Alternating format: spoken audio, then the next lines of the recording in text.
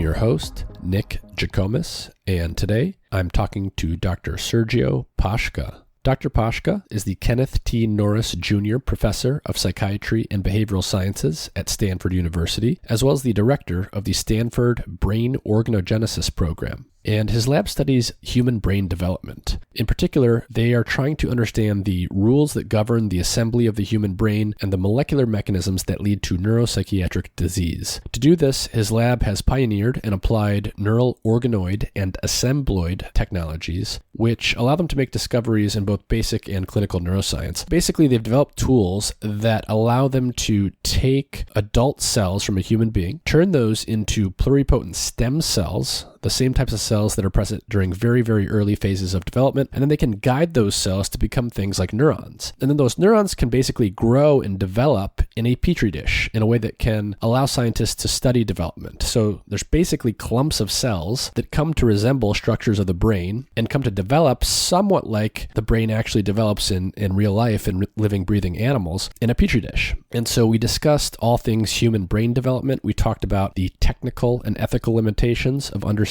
human brain development, because you can't actually go in and physically directly study the human brain as it's developing. We talked about what makes the human brain different from the brains of many other creatures, many other types of animals. We talked about what scientists have learned about human brain development using some of these technologies over the years. And we talked about some recent research that his lab published that has to do with these things called organoids and assembloids, basically these clumps of neurons that you can make form and start to develop in a petri dish that somewhat resemble the natural development of the human brain in vivo. And so we talked about how those experiments work, how they are able to actually do them, and what they start to teach us about human brain development. So if you're interested in the brain, in neuropsychiatric disease, and what can go wrong during the process of development to produce a brain that actually has a given neuropsychiatric disease, this will be a really interesting episode for you.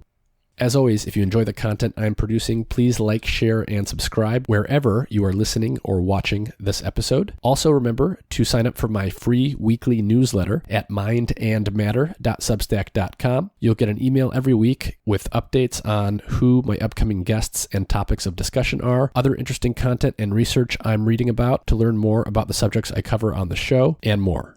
This episode is supported in part by Athletic Greens. Their main product, AG1, is a comprehensive and convenient daily nutrition product containing 75 vitamins, minerals, and whole food sourced ingredients with less than 1 gram of sugar per serving, no nasty chemicals or artificial anything. It's gluten and dairy free and compatible with paleo, vegan, vegetarian, and ketogenic diets. AG1 is a quick and convenient way to supplement your diet to help ensure your body is getting the nutrients it needs. It comes in powder form, and you can mix it in water and drink it, or you can put it into a smoothie or a shake or something like that. I mix it into water and drink it with the first meal of each day, and it's super convenient. If you go to athleticgreens.com/mindandmatter, Athletic Greens will give you a free 1-year supply of vitamin D and 5 free travel packs with your first purchase. Their vitamin D product comes in tincture form, so you just take 1 drop each day. A large fraction of the population is actually vitamin D deficient, especially in winter months when we get less sun exposure, and vitamin D is super important for the proper function of the immune system and for a variety of other things. And there's even evidence indicating that vitamin D deficiency is correlated with more severe cases of COVID-19 in those who get infected. Every time I go into the doctor each year for a checkup, I'm always told that vitamin D deficiency is very common and I should be supplementing on a daily basis. So visit athleticgreens.com/mindandmatter or click the link in the episode description. You'll get a free 1-year supply of vitamin D with your first purchase.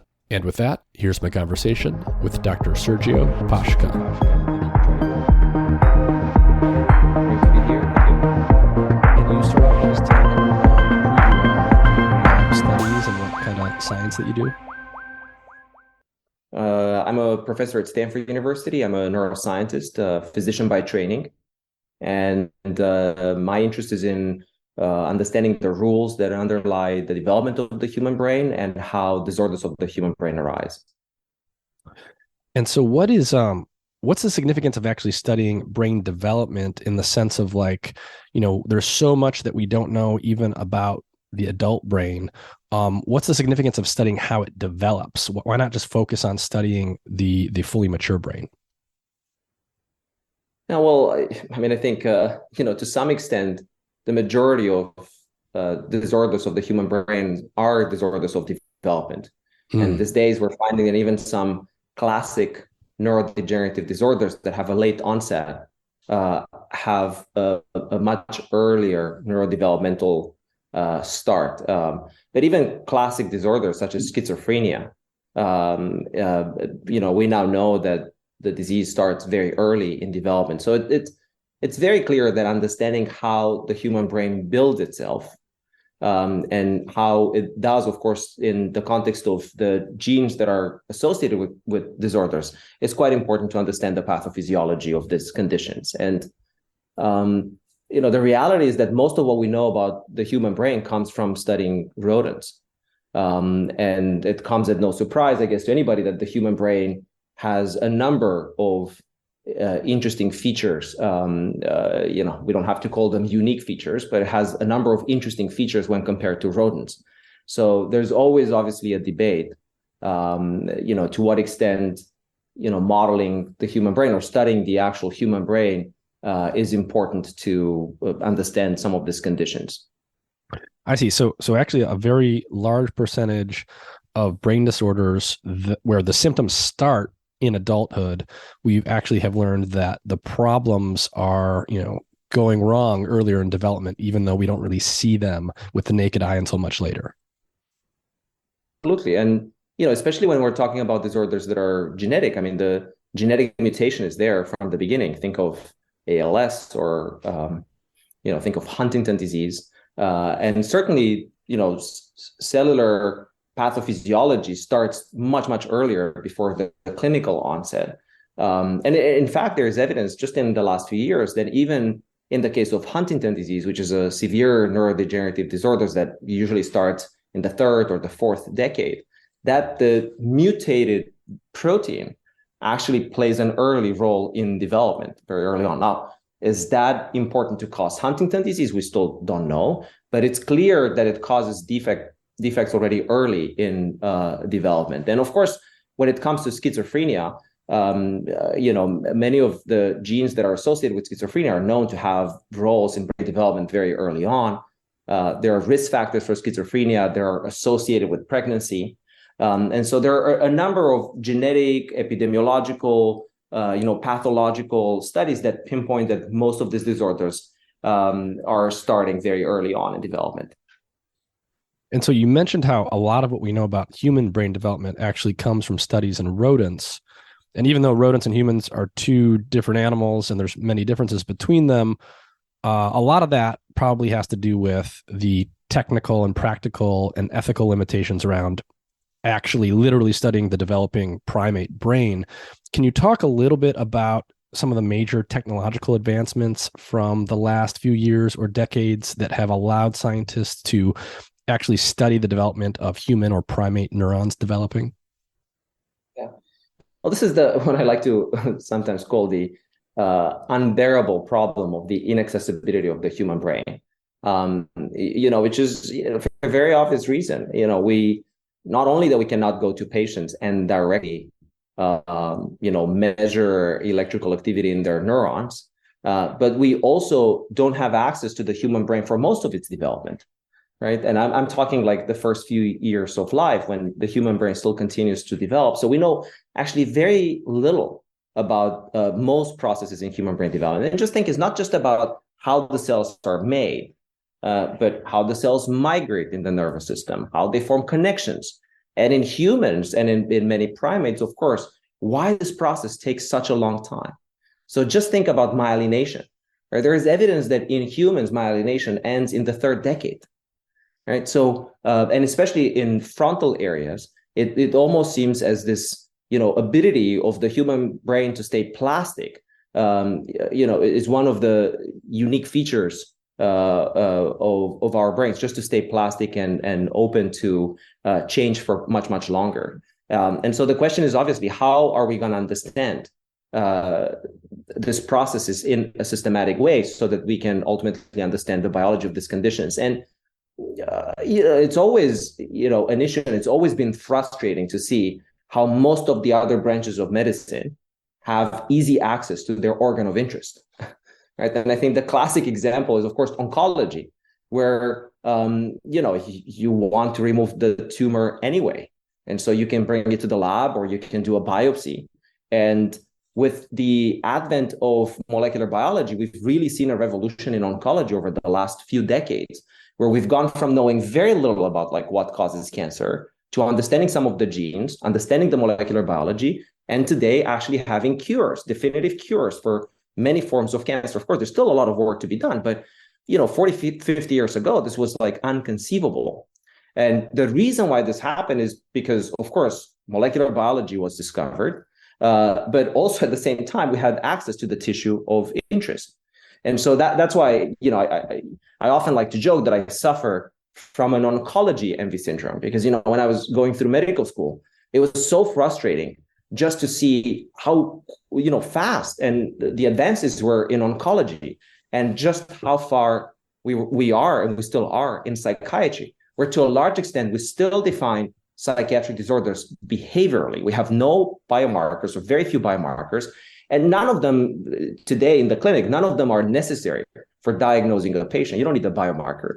All you need is to observe the behavior and put it in a context of a series of criteria that have been developed over the years. And of course, that's problematic, right? Because brain disorders are ultimately disorders, biological disorders, and we want to know exactly what causes them in order to treat them. And so what are some of the tools that have been developed and that are being used now to understand things like primate and human brain development in the lab? In particular, one thing I'm interested to hear you talk about is the role of induced pluripotent stem cells. So, I mean, some of the ways in which we could access, brain tissue, or the main way in which we could access the brain tissue, let's say 13, 14 years ago, was to use postmortem tissue. Right, which is still one of the ways in which this is done. Of course, the problem with that is we don't have that much tissue. You'll be surprised, but although there are like banks of brain tissue from patients with autism, and although we're talking about a disease that it's almost 2% of the population, we actually have a remarkably low number of brains available to study. And of course, even if we were to have more, that brain tissue is not functional.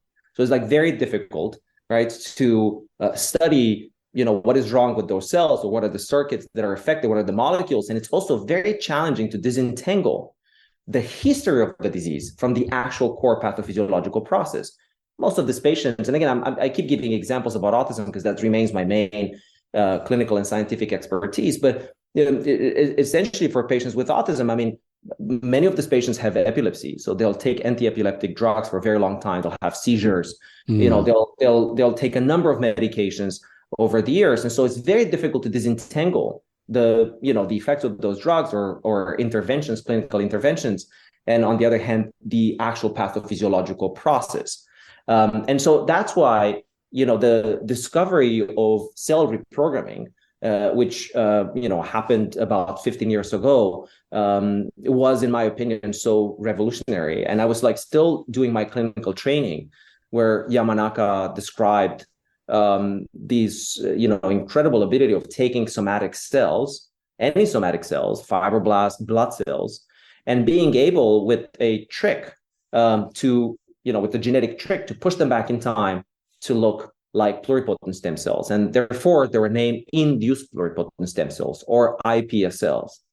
And of course, in the beginning, that was just remarkable and unbelievable to some extent. But over the years, it was shown clearly that this is a robust process, that you can take any cell and reprogram it. And of course, the promise of that is that once you make stem cells from any individual, if you were to have the tools to guide those cells, you could start making neurons from patients. And that's essentially what I decided to do very soon after Yamanaka made that discovery, and came to Stanford as a postdoctoral fellow, trying to make some of the first neurons from patients in a dish. So induced pluripotent stem cells, you take a cell from an adult individual, it could be a human being, and you're saying that no matter what type of cell it is, could be a brain cell, could be a liver cell, could be anything in principle, you can use molecular tricks in the lab to turn it back into a stem cell so that it's then able to sort of develop forward again. Exactly. I mean, of course, in theory, you can take any cell, but it should be a cell that is still capable of dividing. So it would be very difficult with the neuron to do that because, the cell will have to undergo a number of cell cycles to really be reprogrammed. Not that it would be impossible, but in general. And so skin cells were the first ones to be reprogrammed because it's easy to take a skin biopsy, or some cells in the blood that have a nucleus. So it would be very difficult to do like red blood cells, right? So reprogramming, but you can take white blood cells and reprogram those. But yes, exactly. In principle, you could take almost any somatic cell that you have and push them back in time by just briefly expressing a number of genes associated with pluripotency. And almost like, cellular alchemy, cells will go back in time and, have the features of a pluripotent stem cell, which means that they can self-renew, so they can divide and make the same cell over and over again. And secondly, they have the ability to turn into any of the three major cell lineages, so endoderm, mesoderm, ectoderm. And so if you create induced pluripotent stem cells, let's say you take a skin cell from someone who has some kind of skin disease that they're born with, and you turn the cell into an induced pluripotent stem cell, and then you allow it to divide and turn back into skin cells in a petri dish in the lab, will it recapitulate the disease features from the person that you got the cells from originally? So that was the promise in the beginning when this technology was developed. And certainly there was a lot of skepticism. I mean, I still vividly remember the brutal rejections that I was getting to almost every single postdoctoral fellowship that I applied for at that time, where, most reviewers thought that, first of all, it would be like technically difficult. And even if it was to work, then you won't recapitulate the pathophysiology of the disease, that the cells were just kind of like on their way to reprogramming, and then on their way to differentiating and becoming a neurons, they'll lose some of the, like features of disease. And certainly with the example of the first neurons that we've made, we showed that was like not actually the case. And we can go certainly into details, but we focus initially on a disease where the mutation was in a calcium channel that is present in excitable cells. So, unless you were to have heart tissue or brain tissue from this patient, you wouldn't be able to study the disease itself. And so it was, because this channel is simply not expressed. And so you said, so you have worked with neurons, human neurons that are created from induced pluripotent stem cells. What can you describe the basic process there? You sort of hinted at it, but how does that actually work? And when you get the neurons, how are you then able to study them in the lab? Like, what types of experiments can you do? So the methods have evolved a lot over the past 13 years since we've been doing this, and certainly they're more sophisticated today. And we're certainly going to that discussion as well. But in the beginning, it was relatively straightforward. It was known for a very long time that if you have a pluripotent stem cell, an embryonic stem cell, and you let them differentiate, meaning that you remove some of the factors that you keep in the dish to keep the cells pluripotent. If you just remove them, the cells will naturally prefer to go towards ectoderm. And so towards making, neuroectoderm and, part of the nervous system, and more specifically a cortex. And so in the beginning, the methods that we've had, 2009 were quite primitive. We would get these iPS cells from patients through a very painful process. At that time, reprogramming was quite difficult and tedious and inefficient. And then take those induced pluripotent stem cells and essentially remove the factors that keep them pluripotent and just hope that they will kind of like make neurons. Soon after, the methods became slightly more sophisticated, and certain signaling pathways were shown to be very important for guiding that differentiation. So for instance, if you block this MAT pathway from two sides, you can get almost 100% ectodermal cells. And so, it's essentially there was work done in learning how to guide the cells to go towards a certain phase. And in the beginning, the cells were essentially just sitting on a flat surface, right? So you just like have a dish, with a cover slip and a glass cover slip, and the cells will be there, and you'll see the neurons, and you'll be able actually to study them. First of all, do they look like neuron? Do they have the morphology of a neuron? And then starting to look at functional properties of those cells, like do they have calcium signals? If you patch them, if you put an electrode inside, then you listen to their electrical properties. Do they, are they really neuronal like? Those were the ways in which we were testing them in the beginning, and that was very useful. I mean, it was good enough for us to discover some fundamental, I guess to some extent to validate that this method works. And the way we validated in the beginning was we focused on this disease, this rare form of autism and epilepsy called Timothy syndrome. It's very, very rare, but the mutation is in a calcium channel.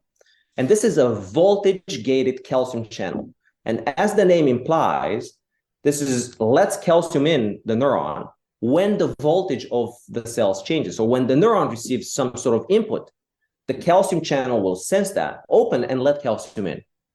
And the mutation was a gain-of-function mutation in the sense that it would let the calcium channel stay open for slightly longer. That was the prediction.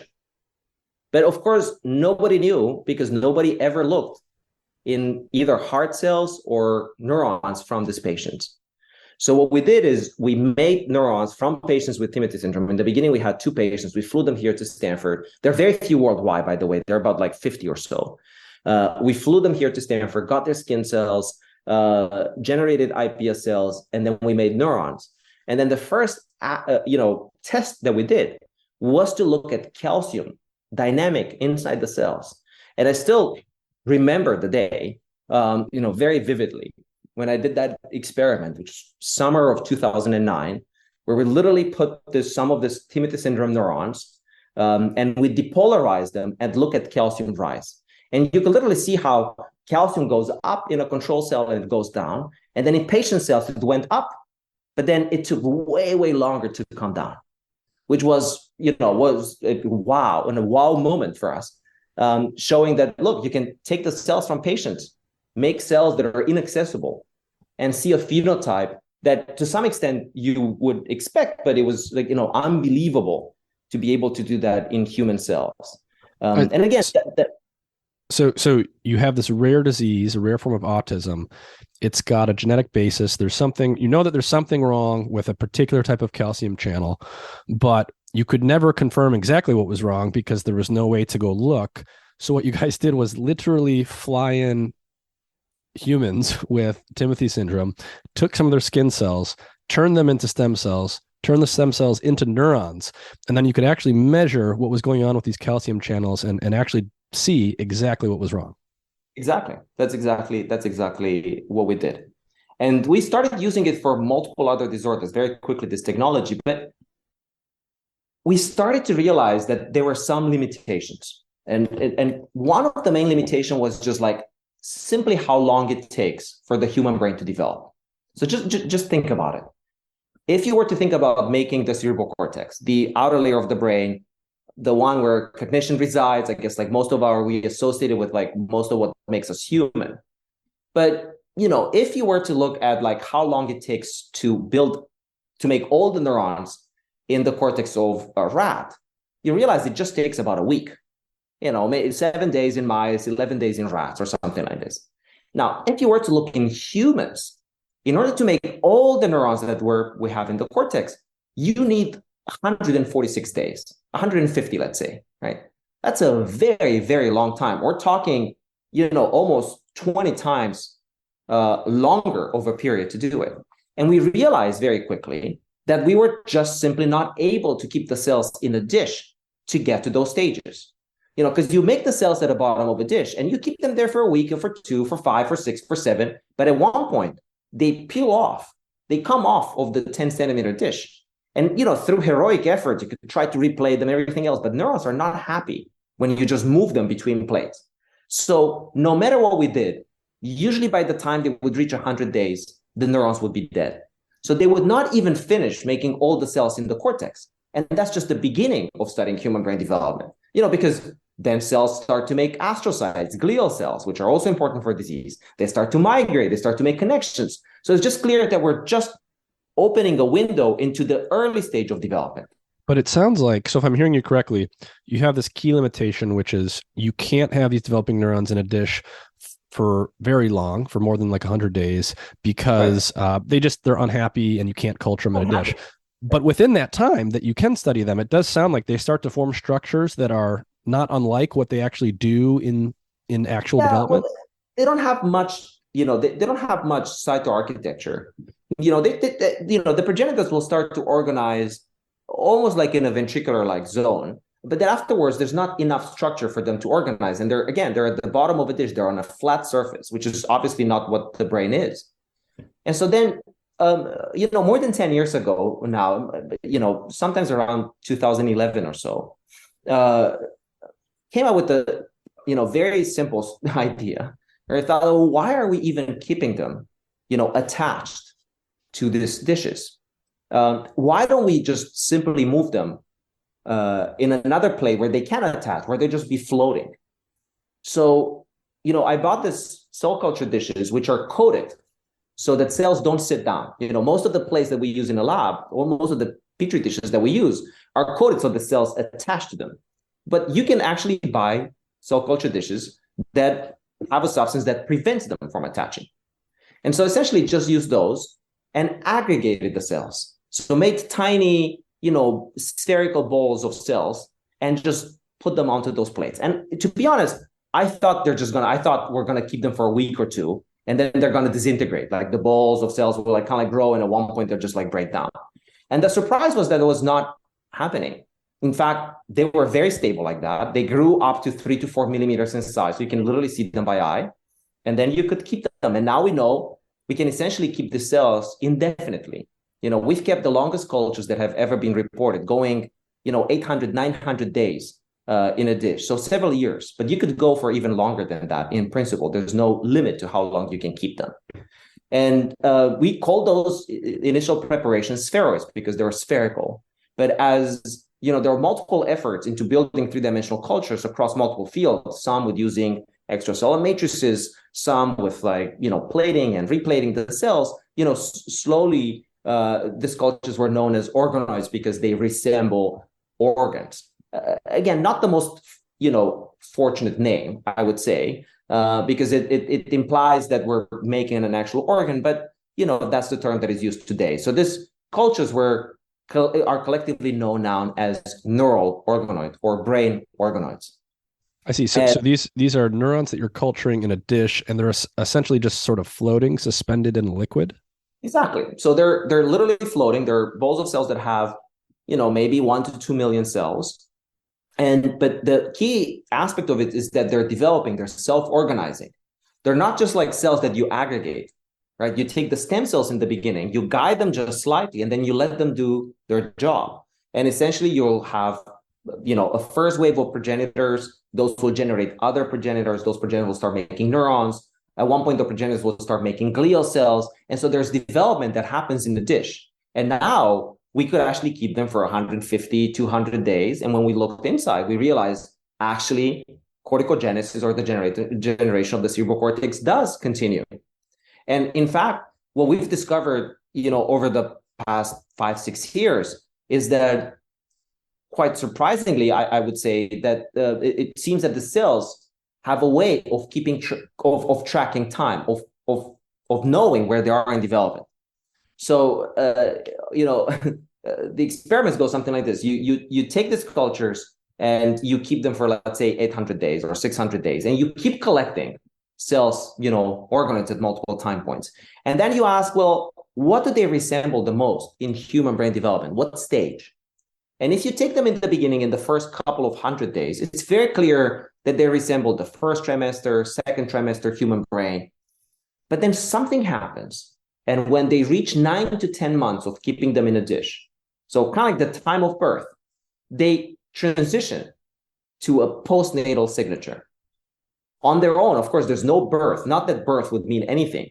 It's just that it tells us that they progress at a certain pace that is similar to the pace in vivo, that almost, if you want to say, if you want to call it, there's a clock, a brain clock that keeps track of time in the cells. And even very canonical switches that people have discovered, like, people have, it's classic examples in neuroscience, that there are NMDA receptors that have certain units before birth and certain units after birth. And it was unclear whether those are caused by activity, by birth itself. But if you look in a dish, they will transition, and they will transition around 9 to 10 months in a dish as well, which tells us that they're part of some sort of intrinsic developmental time tracking molecular machinery that tells the cells exactly where they are in time. And of course, nobody knows what the molecular basis for that clock is. I see. So we know that when you go from prenatal development to postnatal development, so a human being is born, comes out of the womb, and there are changes in the brain that happen around that time. And one idea would be, well, those changes are driven by the fact that now the baby's eyes are open and there's information going in through the eyeballs, and there's sound, and there's all these experience dependent components to now being outside the womb in the external world. What you're saying is that you see certain molecular changes in things like NMDA receptors in the brain, even in these neurons that are just floating in the dish. Well, there is a fundamental program of maturation that is kept. Not every aspect of maturation is recapitulated in addition. In fact, that prompted the experiment that we've been doing and been publishing a few months ago of trying to do some of these experiments in an in vivo setting, precisely because some features are missing. And of course, we can talk about that as well. But there is a basic fundamental program. The cells will know what to generate and when. And this is species specific. Because chimp cells, if you take chimp iPS cells and you do exactly the same experiment, they'll finish corticogenesis much faster. Or mice cells, they'll finish it much faster. So this is a species intrinsic clock that maintains the pace of development. But then, of course, and for us, of course, birth doesn't mean that much, right? I mean, certainly there are like some dramatic events that the brain, the human brain has to deal with, right? Like in terms of oxygen and so on and so forth at birth. But in the grand scheme of things, if you think about it, it's our birth is premature, right? And it's dictated to a large extent by the size of our head. And so that's why humans, when they're born, they're incapable of walking. We're not yet myelinated. In fact, we now know that even interneurons continue to migrate for about a couple of years after we're born. So it's not like development is done. And so I think it's worth keeping in mind that not that there's necessarily something special just about birth. There is, but it's not just birth. It is just the timing of development that the cells will be able to just like track over time. Mm-hmm. And so this is an intrinsic thing. So that means it's largely determined by genetic factors? By some genetic programs, yes, absolutely. And how hard do you guys have to work to mimic the environment? So when you're growing these organoids in a culture, do you have to work very hard to mimic the in utero environment in terms of all of the molecules and stuff floating around? Well, I mean, so the way we do it is, it depends a little bit on the brain region that you're making. Of course, we put them in cell culture media that provide some of the nutrients that the cells have. And there's a lot of work that needs to be done in improving some of these medias. But one of the things that we do have to do is we have to provide guidance to make very specific brain regions, meaning that you can essentially, if you want to make a thalamus or if you want to make a spinal cord, you have to provide very specific growth factors and molecules. And that we add very early in development, and we spend a lot of time figuring that out. And but other than that, we don't do that much. We don't provide a scaffold for the cells. We don't we don't keep coming and instructing them. We just let them develop. And I think that's the beauty of development, right? I mean, the human brain builds itself to a large extent. And so once you provide some conditions from brain development to take place, it will take place within those constraints, of course. And just to make it clear, the cultures that we make resemble specific regions of the nervous system. So they can resemble the striatum or the cortex. They're not miniature versions of the entire brain, which is, certainly a very important nuance, especially when it comes to misunderstanding what is being done. So, this is obviously, we mentioned how a lot of what we know about human brain development comes from studying rodents, but obviously we can never understand everything by doing that because we're just different from rodents. Our development takes longer, et cetera, et cetera. Our brains have very different features that end up developing. What are some of the major anatomical and cellular level ways that the human brain differs from rodents and non-human primates? Sure. I mean, there are many features that have been described over time. Of course, one of them is even just simply the timing of development. It takes much longer to make a brain of a primate than to make one of a rodent, for instance. There are different types of progenitors, and the proportions are very different. So there are types of progenitors that are overrepresented in the primate brain. They're presumably responsible for the many neurons that we have in and the expanded cortex that we have. There are differences also in the timing of the formation of synapses, and even observations about differences in the number of synapses per cells. But again, it is still very early days, truly understanding at the molecular cellular level what are the differences. I mean, just in the last 5 years or so, we've been able to have atlases of the human brain at single cell level, right? So many of these comparisons up to this point were done by morphological analysis, right? By essentially looking in tissues and comparing. But at the molecular cellular level, that has not been done. And functionally, there are also a few studies that have been done in the last few years that also show that some of the electrophysiological properties of human neurons are different, or at least of some of these neurons, they're different. But again, a lot of work needs to be done in this area because the main limitation has been lack of access to the cells. So a lot of the difference between humans and other mammals in terms of their brains is we have more neurons than most other species. They're presumably physically connected to each other in somewhat different ways. Are there any like types of neurons or cells in the human brain that just aren't present in other mammals? So we're not necessarily the species with the most cortical neurons. There are other species that have, way more neurons. Dolphins, for instance, have more neurons in their cortex. So it's not just about it's certainly the number of neurons will be important, but we should not just presume that it's just a number of neurons. It's probably the way they're connected to each other, which makes a big difference. And certainly there's been a search that has been going on for a long, long time to try to identify human-specific or primate-specific cell types. At this point, certainly there are a few cell types that have been presumed, like the classic neurons, pyramidal neurons in the frontal cortex called phone economo neurons, which were described a long time ago. They do seem to be enriched in some mammals, but not in others. But again, it's very difficult to know exactly what they do. And there's not a cell type that is only present in humans. And so it may be that some of the cell types may have appeared multiple times during evolution.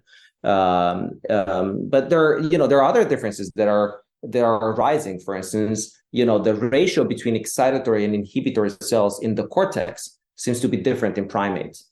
And so, for instance, if in rodents, for every single pyramidal cell, for every single, there's like one GABAergic inhibitory cell for every 3 pyramidal cells. So the ratio is like 4 to 1, 3 to 1. In humans, it seems that it may be 1 to 1. So it almost as if we have more GABAergic cells in the cortex. And that's obviously very important. And that's one of the aspects that we can now study in a dish as well. Because what is interesting about this interneurons, is GABAergic cells, which essentially put a brake on activity and refine activity in the cerebral cortex, is that they're not born in the cerebral cortex.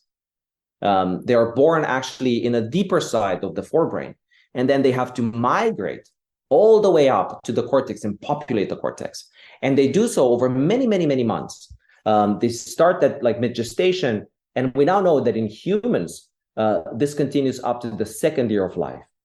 And so to study actually this process, 6-7 years ago, we introduced an approach to model migration of cells and connectivity that is called an assembloid. And so in an assembloid, essentially, you make these 2 brain regions separately. So you make a cortex and you make a ventral forebrain. And at one point, you just essentially put them together. and see what happens. And it's interesting. I mean, it's always funny to look back of how we were developing this, but this was one of the goals of my lab when I was starting. And we were we thought that once we're going to make these brain regions, it will be very difficult to fuse them, that they won't stick to each other. So we started thinking of all kinds of like nanoelectrodes and biological glues that we will like put to link the two together, until somebody in the lab came and said, look, it's very simple. You take the two, you put them at the bottom of an Eppendorf tube, you leave them there overnight, the next day they're going to be fused. And not only they were fused, but you could literally see neurons starting to migrate and move. So these interneurons will start to jump because they're not crawling on the surface, but they do these peculiar jumps and move and populate the dorsal forebrain. So again, seeing that live also in the lab was incredibly rewarding at that time. And of course, we've been using it now systematically to study disease. And it's very well known that it's a very well-known hypothesis that in autism, interneurons have some sort of contribution.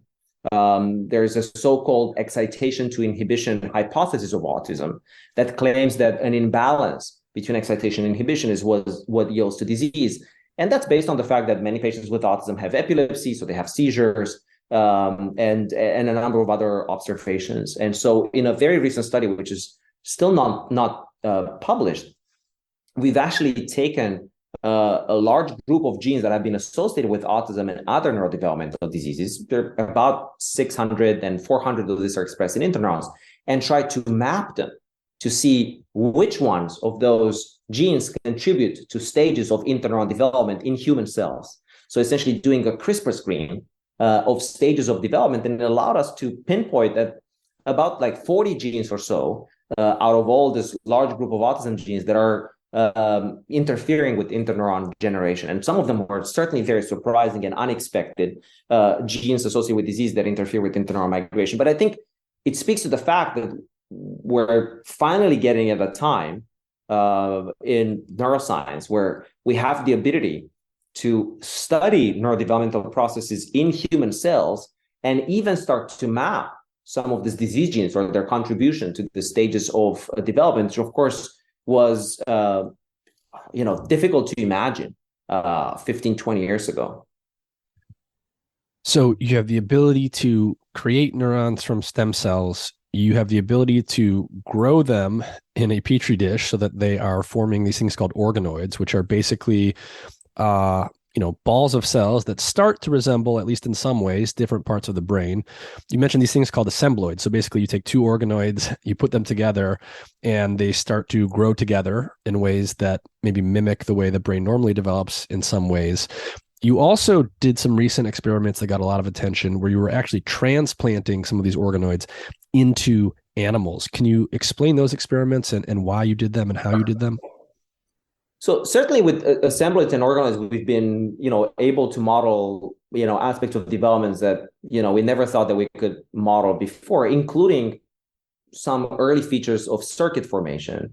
And, I didn't have the chance to mention this, but, for instance, we've built the entire cortical spinal tract pathway from parts. And so, within an assembloid, that cortical neurons project all the way to the spinal cord, connect with motor neurons control muscle contraction.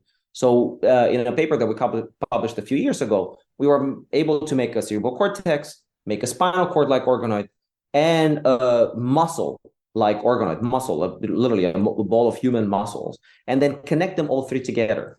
And although we don't know the rules for the cells to assemble with each other, we found that a specific types of cortical neurons will project all the way, find motor neurons, connect with them, and then motor neurons will go and stimulate muscle contraction. And you can literally have a circuit and stimulate the cortex optogenetically or electrically and trigger muscle contraction. And so although we've been getting more and more sophisticated in terms of the circuits that we can build, it was also clear that there were a number of limitations moving forward. One of them, there are two in particular. There are many, but let me just focus on two major limitations that are perhaps more straightforward to articulate. One of them was that no matter how long we kept the cells in a dish, and despite the fact that they were undergoing this they were going through phases of, development as you would expect, the cells did not have the morphological and electrophysiological complexity that you would expect. And so even when you kept the cells for 250 days in a dish, they were still not at the size of a neuron in the actual human cortex at that stage. And if you were to patch them, their resting member potential would be like -50, but not -70 as you would expect. So it's like clear, that something is missing, that although they know where they're in development, there's a secondary program that is not being activated. So that was part of the motivation where we thought, well, maybe, we can provide that in a living system, in a rat. If we were to transplant and integrate them, maybe some of those features will be provided there. But the other limitation, which, of course, has been in the back of my mind for quite a while, is that in psychiatry, we define disorders behaviorally, as I was mentioning before. Right? There are no biomarkers for these conditions. There are no cellular phenotypes to define them. You essentially look at the behavior of this patient. So when you find a cellular defect for a form of autism in a dish, how do you know that that is truly part of the core pathophysiology of that condition, right? How do you know that that phenotype is, for instance, not compensated by at the circuit level in a living animal, right? So I think it also becomes much more clear that we will need better ways of assessing whether there are consequences for the cellular defects that we will see. And, just to give an example, not that this will be much easier, but in neurodegeneration, it's slightly more straightforward in the sense that we know, and we've known for a very long time, that in Parkinson's disease, there's a loss of dopaminergic cells. What is the cellular phenotype? Loss of dopaminergic cells. I mean, that was seen in the 19th century, where you would do postmortem studies and you will look and see substantia nigra, which is supposed to be black, was gone. It was clear something was missing. But for autism, for schizophrenia, for intellectual disability, very often is not clear what we should be looking for. And if we were to find something, how do we know that that truly causes disease, that we should restore that phenotype in order to have a treatment? And it's not that this needs to happen. This is not necessary, perhaps, but it was something that we should consider moving forward. And so there's two aspects. How do we get the cells to mature farther and integrate into circuits? And could we have more complex behavioral readouts and circuit readouts for the cells?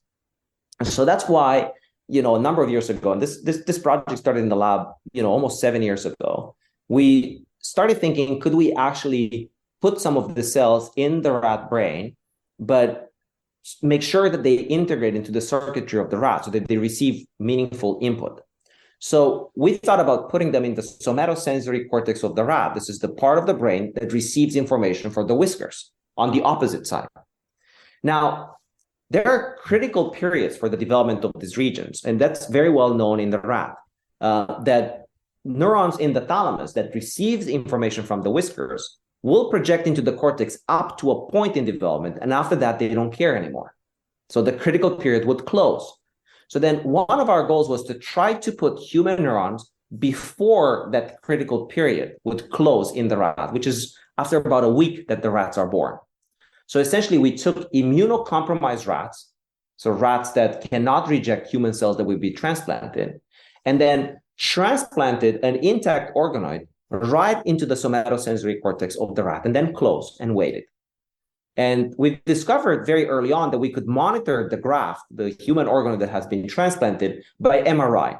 So you could just run an MRI and you can see very clearly the border of the organoid. And that allowed us non-invasively to optimize the procedure, the surgical procedure, and get better and better at how we run this experiment. And so we discovered that if you do that, the graft grows relatively large within a few months. And in the end, after about 4 to 5 months, it represents about a third of a rat hemisphere on one side. Again, we're not removing the rat cortex. The rat cortex is still there, but the human cortex will grow within the rat cortex and ultimately be about 1/3 of the volume. How big is it when you first put it in?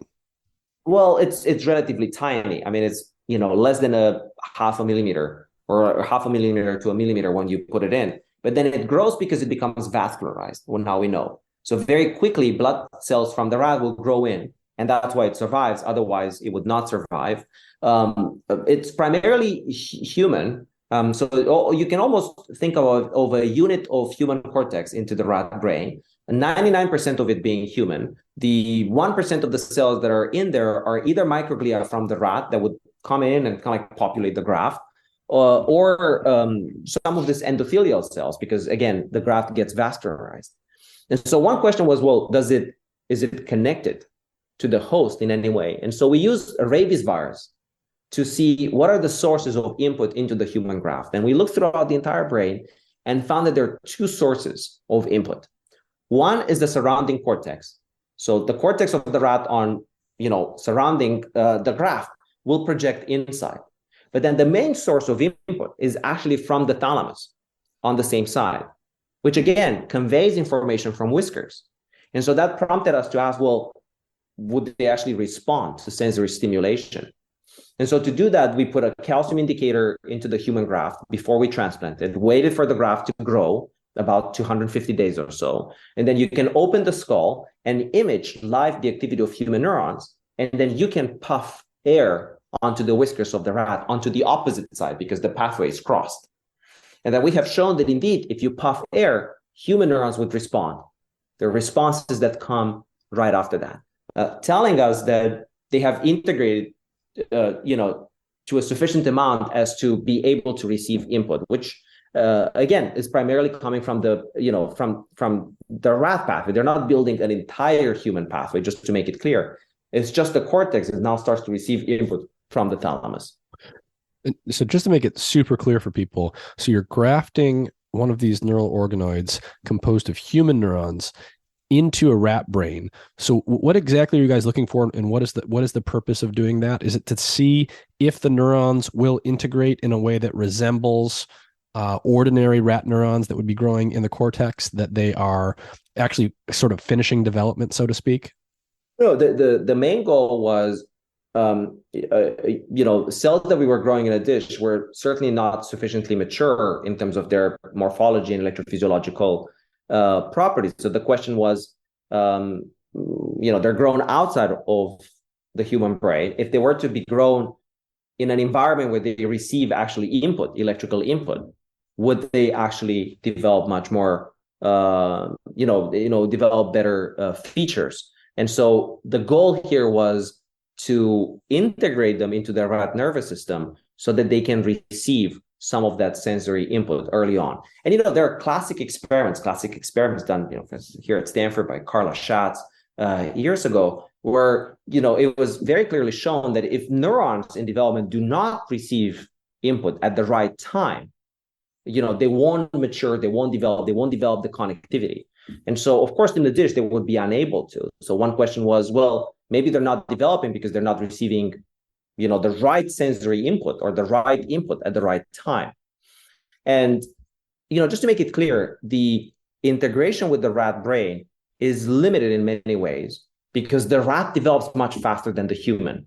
We've discovered that even when we put human cells into the rat, they will still develop at their own pace. And so you can look at almost look at a competition. The rat, finishes corticogenesis in a couple of weeks. It's done. The human will take much, much longer. So the integration cannot be perfect. And I think this also speaks to some of the ethical aspects. The integration cannot be perfect, but we wanted to see, could we get enough integration so that human neurons would receive input and perhaps mature much more? And indeed, that is the case, because you can take the graft out after it has been there for 250 days. And when you look at neurons, now they're about 6 times larger in size than they were before. The resting membrane potential, it's much closer to -70. So that tells us that there are some factors inside the rat brain that are helping the cells, the human cells, to mature farther in development. And in fact, we've shown that this helps us already to model disease. Again, in a genetic form of disease, we've shown, even in this paper, that we were unable to identify differences in a dish no matter how long we kept the cells, unless you were to put them in vivo, and the cells will grow much larger, and then you would start seeing the differences between patients and controls. So I think this tells us that there will be, a certain group of phenotypes or disease-related processes that we may only uncover if we embed the cells into circuits, which again is not surprising, right? It's clear that that would be the case, but it was interesting to actually observe it firsthand. So, when you do these transplantation experiments using these organoids, all the techniques that you've been talking about, do you see these primarily as tools to understand how development naturally unfolds and to figure out the pathophysiology of different diseases, like what goes wrong in development to give you something like Timothy syndrome or another developmental disorder? Or do you see a future where some of these tools are actually used themselves in a clinical setting? Like, for example, could you imagine doing human to human grafting in the future to integrate healthy neurons and healthy circuitry into someone that has some kind of developmental defect? Well, I think at this point, the main utility of this platform is to model disease and to test drugs. Because think about today, if, first of all, to model disease I was mentioning, but also think about like drug development, right? Let's say you have a potential therapeutic for a disease, right? What do you do next with it? Like if you want to move it towards the clinic, you want to test it into an animal model. And sure, you can do that, but sometimes some of these animal models for disease don't recapitulate the disease. And so you still want to test it in an in vivo setting. You want to make sure that it actually works. So your best next choice is actually to use a primate, right? A primate model, which again is limiting for many, many reasons. Well, the alternative with this method is that you can actually use this model where you inject the drug of interest or the therapy of interest into the animal, but you look at the effect on human cells that have been transplanted into that cortex. And we still don't have the ability to look at very complicated behavioral readouts, and I'll tell you what we've done so far about that. But it shows that this is, and we've already shown that actually. We have one conditions that we've been studying where we've done exactly that.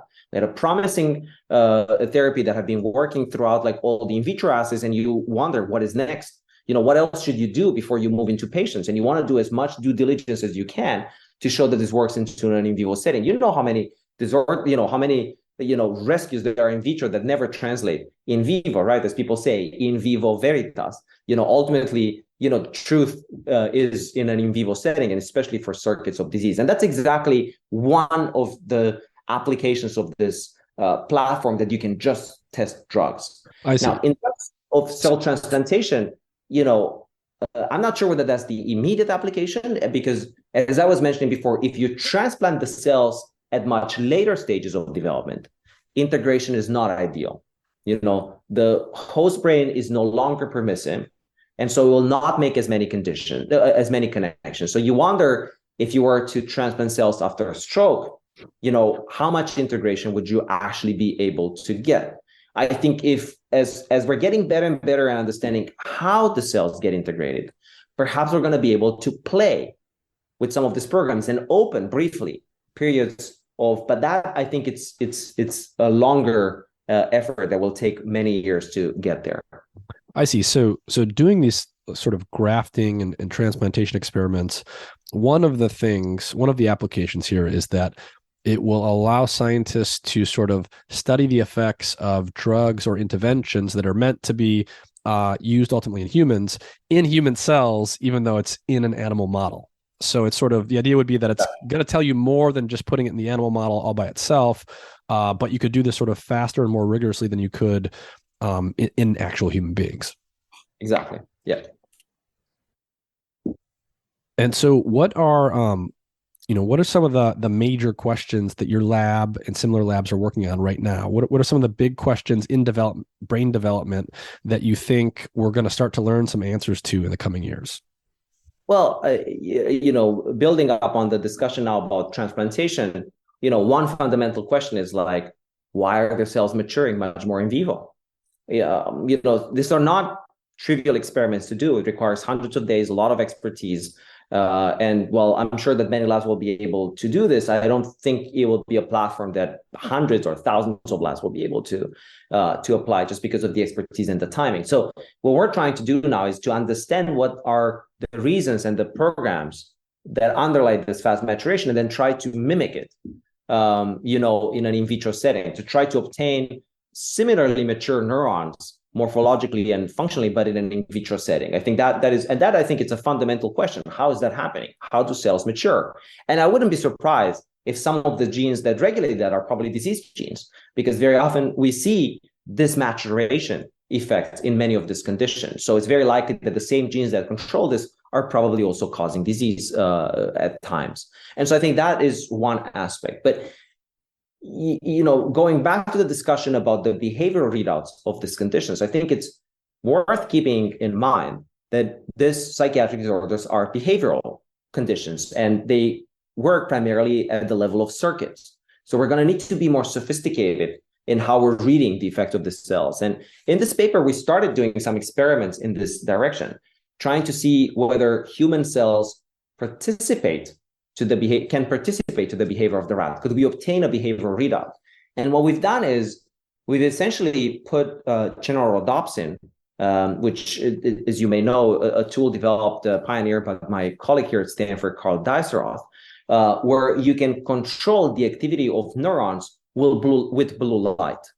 And so essentially we put general rhodopsin into human neurons and then transplanted them, waited for 150 days or so, implanted an optic fiber that allows us to deliver blue light to the cells, and then trained the rats in a reward conditioning task. Essentially, we were teaching them to associate stimulation of human neurons with delivery of a reward, in this case, receiving water.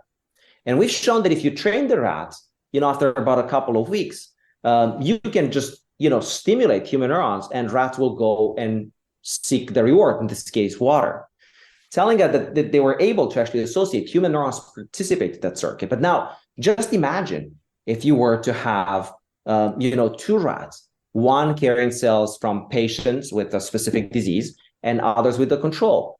Would we be able, from a behavioral task like the one that I described right now, to distinguish which one carries patient cells and which one carries control cells, right? To almost, you can look at almost like in this case at the animal as an avatar for the human cells, as a readout, as a complicated readout for the defect in human cells. And of course, then could you administer a drug and restore it so you don't see that difference anymore? I think that's one of the promises for this as we're dealing with ever more complex psychiatric disorders, right? Because there are disorders that are more complex than others, that are forms of intellectual disability that are caused by microcephaly, where neurons are simply not there, and that is relatively, straightforward to understand.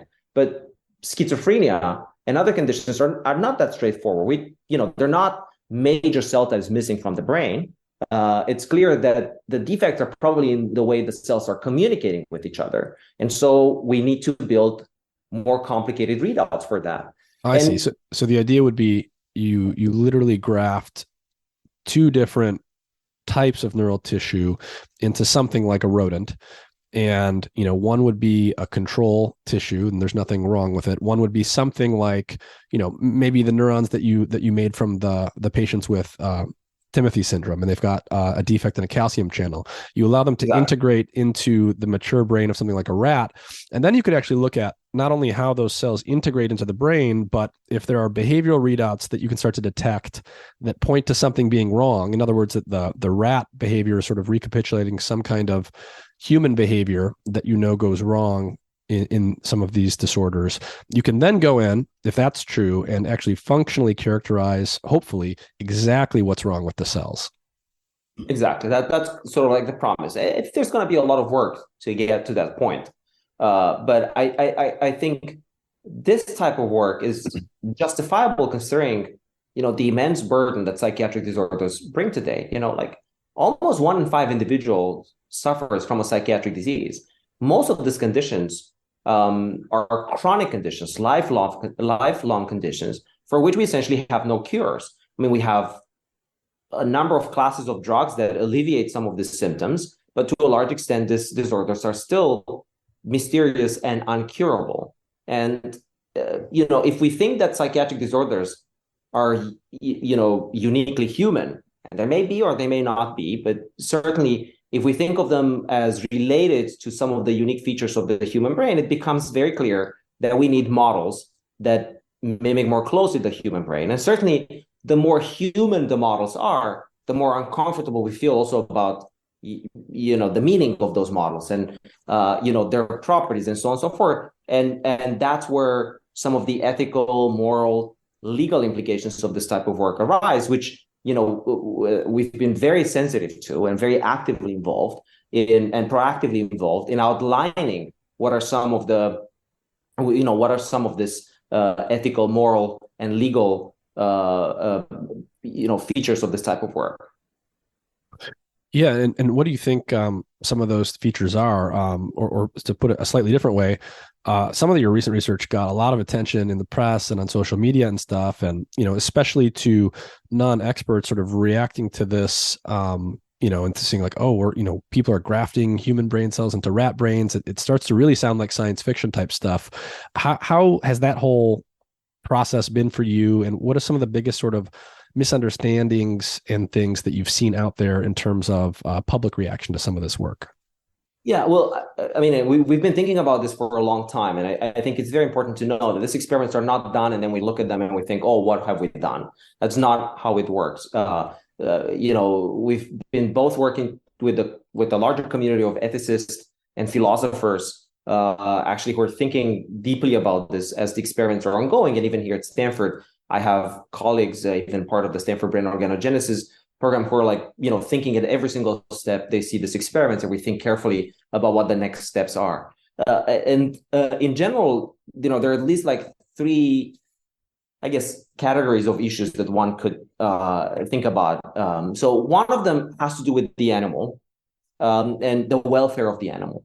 Is the animal suffering because of this transplantation? That we've looked very carefully from the beginning, because they have a large graft. And so we've looked at, do they have epileptic seizures? Are they under any pain? And, to the extent that we've seen, we have not seen that. And another, issue related to this is, are there any augmentation of like features in this animal, right? Like any changes? And to be honest, we were not thinking that the rat, will just, have any, novel features to improve their performance. We were more afraid that they will be, will perform worse in some of these tasks. So we ran a battery of cognitive, attention, anxiety tests, and found no differences between rats that were transplanted and rats that were not transplanted. And of course, we continue to do that for all the experiments that we perform.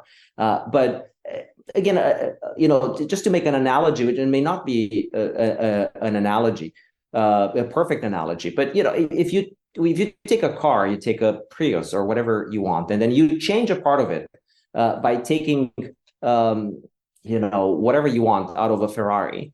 The Prius will not become a Ferrari by just changing a piece in the entire car, right? So there's we're not humanizing, and that's one of the things that we prefer not to refer. The term humanization is not a very good term to describe this type of work, but we're just putting a few million cells into this rats in order to mature them and to study the disease. So one aspect has to do with like the rat, and then another has to do with the cells, the human cells, where the human cells consented appropriately, like those who donated the cells, were they aware of the fact that the cells will be transplanted into an animal. And in general, the consents that we use specify that the cells will be transformed into other cells and they would be transplanted into animals. And the third aspect has to do with the perception. How is the research presented?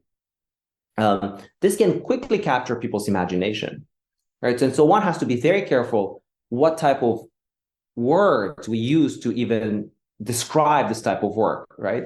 And so that clarity of the message is essential to explaining the work. And so that's why we put a lot of effort into explaining the work carefully to the public as well, and understand exactly what has been done before there would be any exaggerations. Are there any final things that you want to reiterate or let people know about your work and what you've been researching? I think we've covered a lot of ground. Yeah. Yeah. And so we covered a lot. Thank you very much for your time. I really appreciate it. This is very interesting research. For those listening, I did a previous episode with Carl Deiseroth, who we mentioned earlier. So if you're interested in optogenetics and understanding that technology and how neuroscientists use it in a little bit more detail, check out that episode. We've done a number of episodes about brain development with a variety of people, but obviously this episode is in that cluster of conversations. Sergiu Pasca, thank you very much for your time. This has been fascinating. Well, thank you so much, Nick. Thank you.